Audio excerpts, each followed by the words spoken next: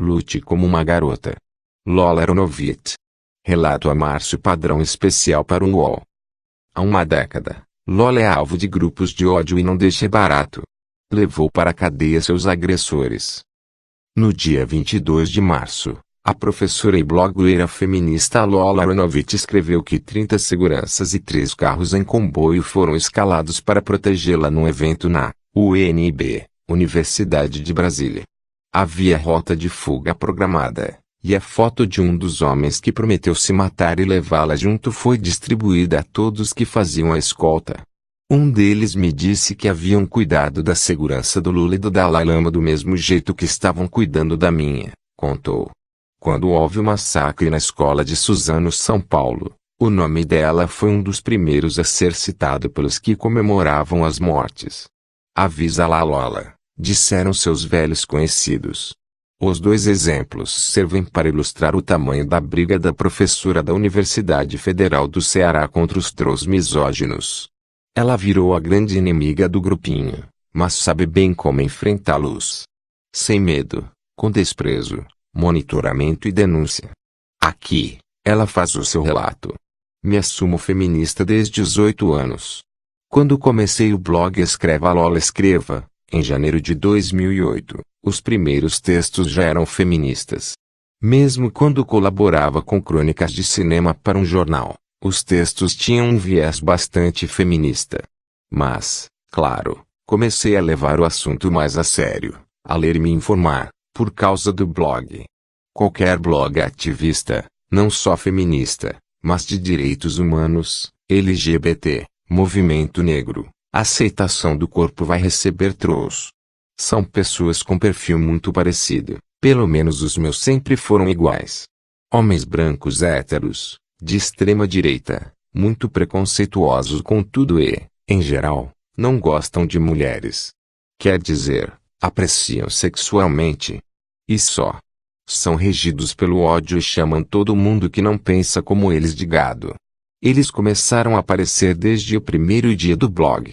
Cheguei a ter contato indireto com os misóginos masculinistas, abreviei e passei a chamá-los de mascus, quando eles criaram comunidades no Orkut para comemorar a morte da Eloá e fazer do assassino um herói, em 2008, mas não sabia muito sobre eles até o final de 2010. Só que eles já sabiam de mim e escreviam coisas a meu respeito.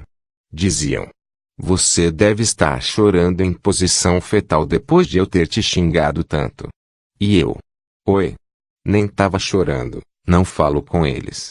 Conto nos dedos as vezes que falei com um mascu, e me arrependi de todas elas.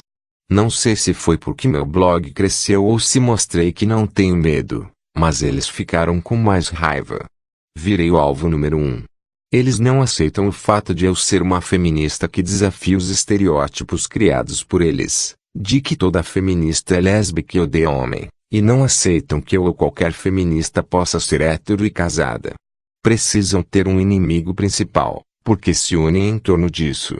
Lembro de ter visto no Dogolachan, fórum alimentado pelo grupo, um manual com 100 maneiras de arruinar a vida de uma pessoa, que eles traduziram de algum fórum americano. Uma delas é ligar várias vezes para uma pessoa sem falar nada. Para acabar o casamento, é usar uma voz feminina para falar com o homem da casa, quando a mulher atende. Ou enviar prostitutas e travestis, e quando a pessoa que foi lá fica sabendo que você não chamou ninguém, faz um escândalo para que todos os vizinhos vejam. Um dos caras, conhecido como Goek, tinha acesso a um banco enorme de dados, como endereços, placas do carro, vizinhos e fazia doxing, que é descobrir a maior quantidade possível de dados sobre a vítima e seus familiares, para fazer chantagem. Eles passaram a atacar a mim e as minhas leitoras. Diziam: sei que você mora na rua tal, vou te estuprar, e sua mãe também.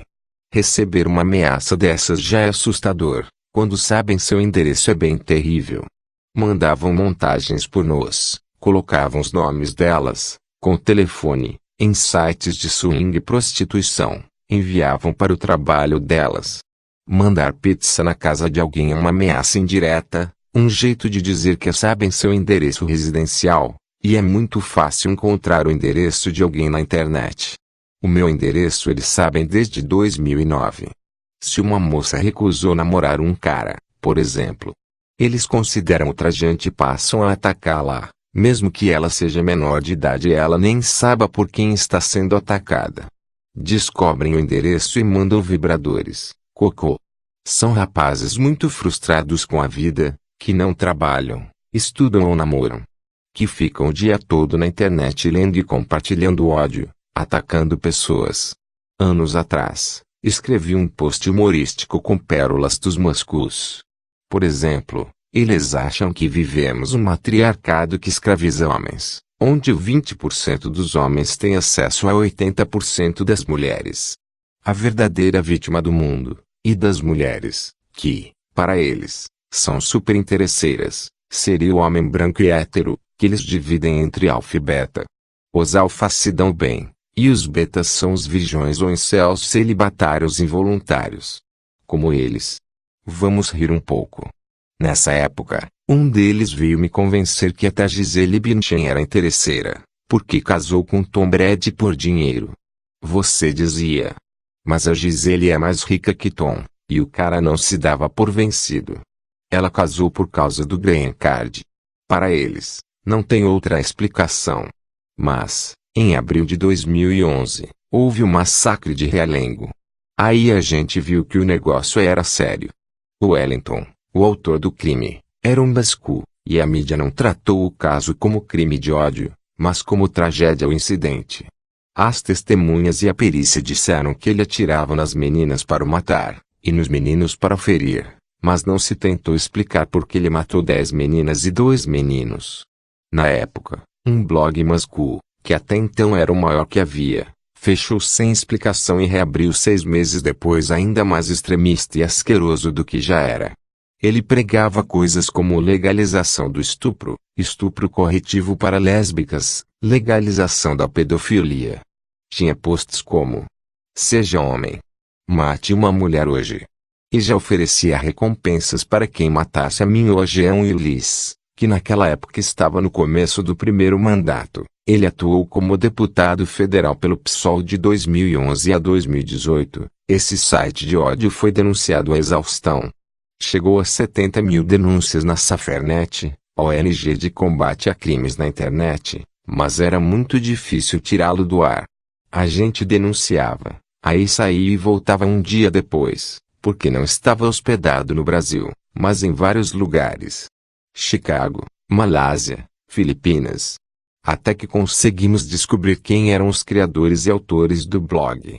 Marcelo Vale Silveira Melo e Emerson Eduardo Rodrigues. Os dois foram presos pela Operação Intolerância, da Polícia Federal, em março de 2012, e condenados a 6 anos e 7 meses de prisão. Eles ficaram 1 ano e 3 meses na cadeia e, assim que saíram, passaram a fazer exatamente as mesmas coisas de antes, principalmente Marcelo, que ficou simplesmente reciclando aquele site de ódio com outros nomes. De 2013 a 2018, usou nomes como Tio Astolfo, Realidade, Homens de Bem, Rio de Nojeira, Guia de Estupro em pelo menos uns 10 sites. Marcelo falou várias vezes que tem 2 pessoas na vida que ele não vai descansar enquanto não acabar com elas. Eu e o ex-comparsa dele, Emerson, com quem brigou um dia, em 2013, ele foi expulso de um fórum, e criou o seu próprio. O Douglas Chan. Eu mal sabia que chans existiam, nunca tinha entrado em um. Mas o Marcelo fez questão de me mandar o link do site várias vezes, para eu acompanhar as ameaças de morte e estupro que ele e sua quadrilha faziam a mim. Foram 5 anos de perseguição. Eu tive que decidir se acompanhava o Chan, ficando exposta ao ódio, ou se eu ignorava, correndo o risco de ser pega de surpresa em algum ataque. Optei por acompanhar e monitorei tudo. Mandei mensagens e prints à Polícia Federal e fiz 11 boletins de ocorrência. Em 2016, a quadrilha dele mandou um e-mail para o reitor da UF Grau Celsius, Universidade Federal do Ceará, onde ela trabalha como professora, ameaçando um atentado à bomba no campus se eu não fosse exonerada, e aí o reitor passaria uma semana recolhendo pedaços de 300 cadáveres. Marcelo vinha fazendo ameaças desde 2011, à UNB, Universidade de Brasília, onde estudou, e outras. Ele prometia matar o máximo de vadias e esquerdistas. Finalmente, em maio de 2018, ele foi preso pela Operação Bravata e condenado a 41 anos de prisão por muitos crimes, como pedofilia, racismo, associação criminosa, terrorismo. Ele foi investigado por terrorismo, que pelo jeito é um crime mais sério do que os outros que estava cometendo. Um mês depois de Marcelo ser preso, um dos moderadores do Chan disse que ia se matar e recebeu como resposta o que todos eles dizem nessas horas: leve a escória junto. Houve uma oferta de vaquinha para ir à Fortaleza me matar e depois cometer suicídio.